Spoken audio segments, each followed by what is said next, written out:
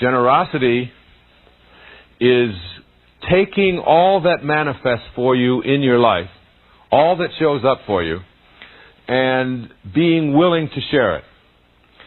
The thing that generosity does for us is that it liberates us from the concept of scarcity.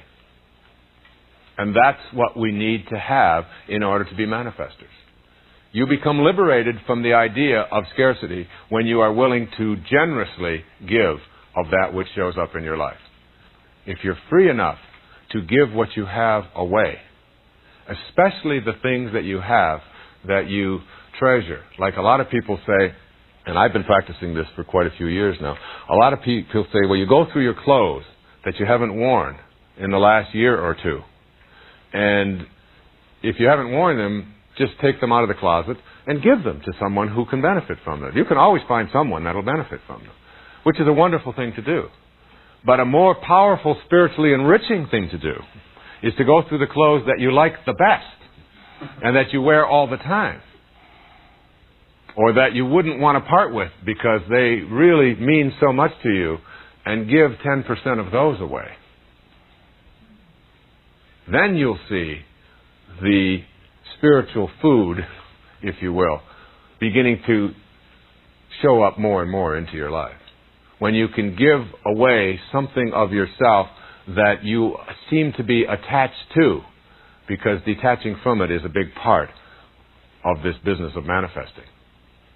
You see, when you become generous, you are really saying to the universe and to yourself very quietly, I know there are no limits to this divine intelligence.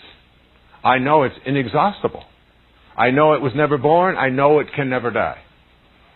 And therefore, I am willing to allow it to flow through me. The divine intelligence is always moving. It is always flowing. Generosity takes you away from that idea that somehow there's a scarcity out there. And as you practice generosity of spirit. Detach from the outcome about what people are going to do with it, where it's going to go, how it's going to get used, whether it's going to be done for the right way or the way I think it should be done. Detach from that and give from your heart all that shows up in your life. Just let it keep flowing. And after a while, what happens is you are completely detached from how it works out. And you're not even attached to how things show up in your life. And all of those things that you used to be so concerned with when you were back there as an athlete and a warrior and asking for so much and being so concerned of whether you're going to get it and how it's going to show up, when you reach this level of generosity and gratitude in your life, what happens is miraculous. It no longer matters. And the irony here is that as it no longer matters to you, more and more shows up. Until it gets to a point where you can't even handle it all. And you just keep letting it circulate.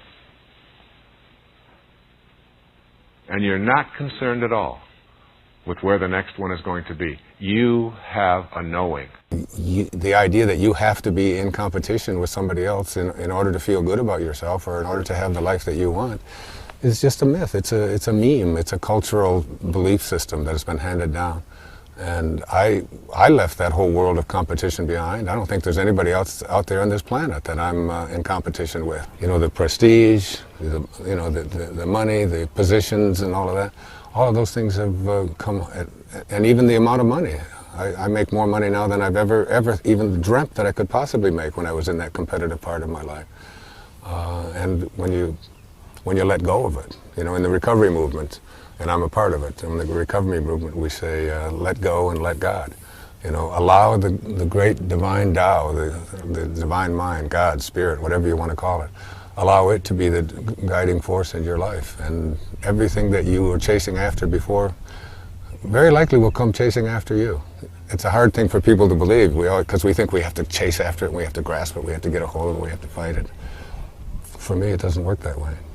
You are so aware of the abundance and the unlimitedness of the divine intelligence that is in everything, that it can't be exhausted, that you're willing to allow it to continue to flow through your life.